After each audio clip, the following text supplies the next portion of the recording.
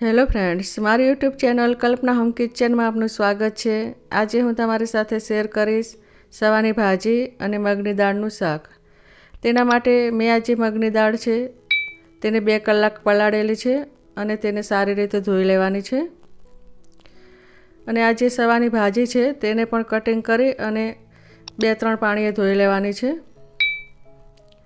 હવે આપણે ગેસ ઉપર એક કઢાઈ મૂકીશું। कढ़ाई में 200 ग्राम तेल उमेरवानुं छे। तेल बराबर गरम थाय एटले आपणे अंदर 1 चमची जीरुं उमेरीशुं। जीरुं बराबर सतळाई जाय पछी आपणे बीजा मसाला उमेरीशुं।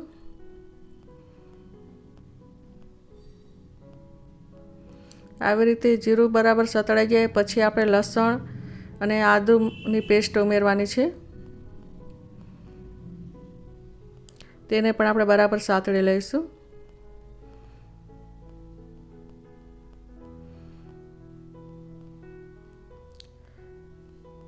આવી રીતે બરાબર સાતળી લેવાની અને ગેસ ધીમું કરી દેવાનું।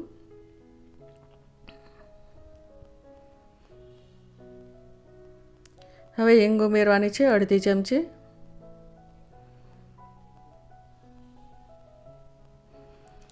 હવે આ જે મગની દાળ છે તેને ઉમેરીશું।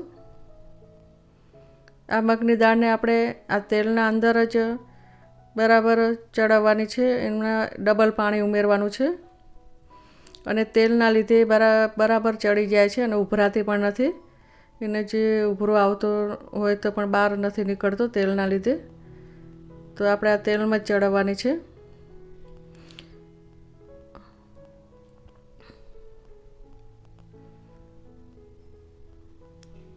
હવે આપણે મીઠું ઉમેરીશું 1 ચમચી। આવી રીતે મીઠું ઉમેરી અને પછી આપણે એને ઢાંકણ ઢાંકી દઈશું।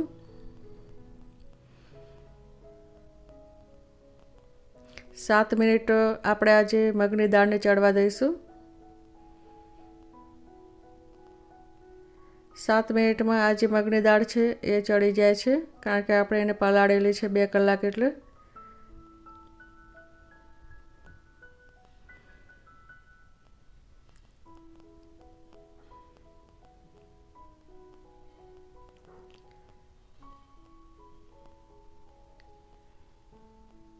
હવે આપણે મરચું ઉમેરીશું 1 ચમચી।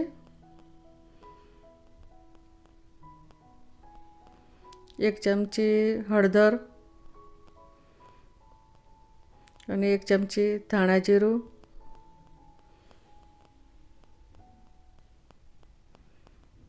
ગરમ મસાલો 1 ચમચી અને મીઠું આપણે પહેલાં જ ઉમેરેલું છે અને આવી રીતે બરાબર મિક્સ કરી લેવાનું। આ સબ્જી એકદમ સરસ લાગે છે સવાની ભાજી સાથે, તો તમે જરૂરથી એક વખત બનાવજો, એકદમ સરસ બને છે।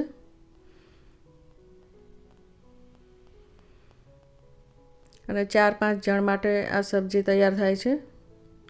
હવે આપણે આ જે સવાની ભાજી છે તે અંદર ઉમેરીશું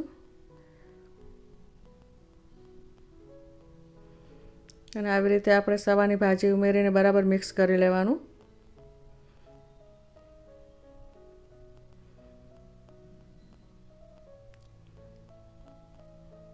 આમાં આપણે પાણી ઉમેરવાનું નથી, સવાની ભાજીનું જ પાણી અંદર છૂટે છે એટલે આપણે એમાં પાણી નથી ઉમેરવાનું। આવી રીતે બરાબર મિક્સ કરી લેવાનું અને ગેસ એકદમ ધીમું રાખવાનું છે।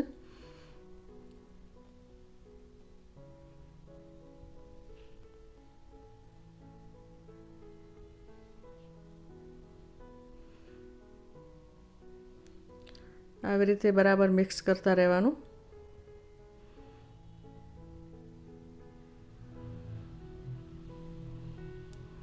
આવી રીતે બરાબર મિક્સ કરી અને આપણે ફરી ઢાંકણ ઢાંકી દઈશું 3 મિનિટ માટે। હવે આપણે આ જે સવાની ભાજીનું જે પાણી છૂટ્યું છે અંદર ફરી આપણે મિક્સ કરી લઈશું। એમાં આપણે લીલા ધાણા ઉમેરીશું। અને લીંબુનો રસ ઉમેરીશું 1 ચમચી અને બરાબર મિક્સ કરી લેવાનું. આ સવાની ભાજીનું શાક એકદમ ટેસ્ટી અને સરસ બને છે.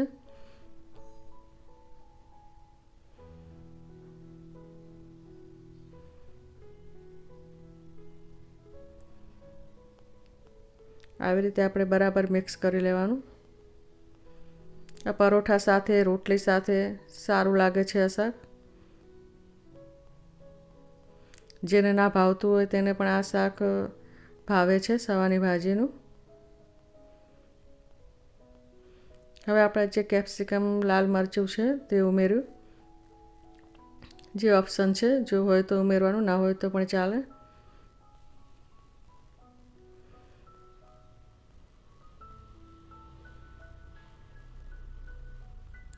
આવી રીતે બરાબર મિક્સ કરી લેવાનું.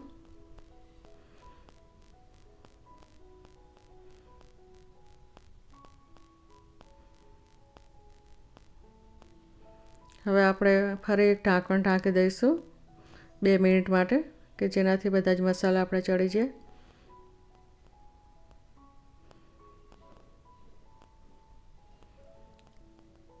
આવી રીતે આ જે શાક છે એ તૈયાર થઈ જાય છે. અને આ સવાની ભાજીનું શાક તમે જરૂરથી બનાવજો. એકદમ ટેસ્ટી અને સરસ શાક બને છે.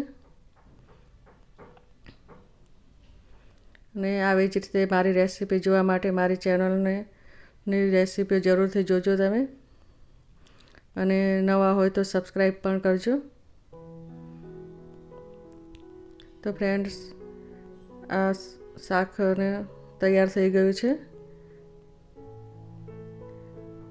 તો હવે મળીશું આપણે બીજી રેસીપીમાં. અને નવા હોય તો સબસ્ક્રાઈબ કરજો, સબસ્ક્રાઈબ કરવાનું ભૂલતા નહીં. હવે મળીશું બીજી રેસીપીમાં. ત્યાં સુધી બાય.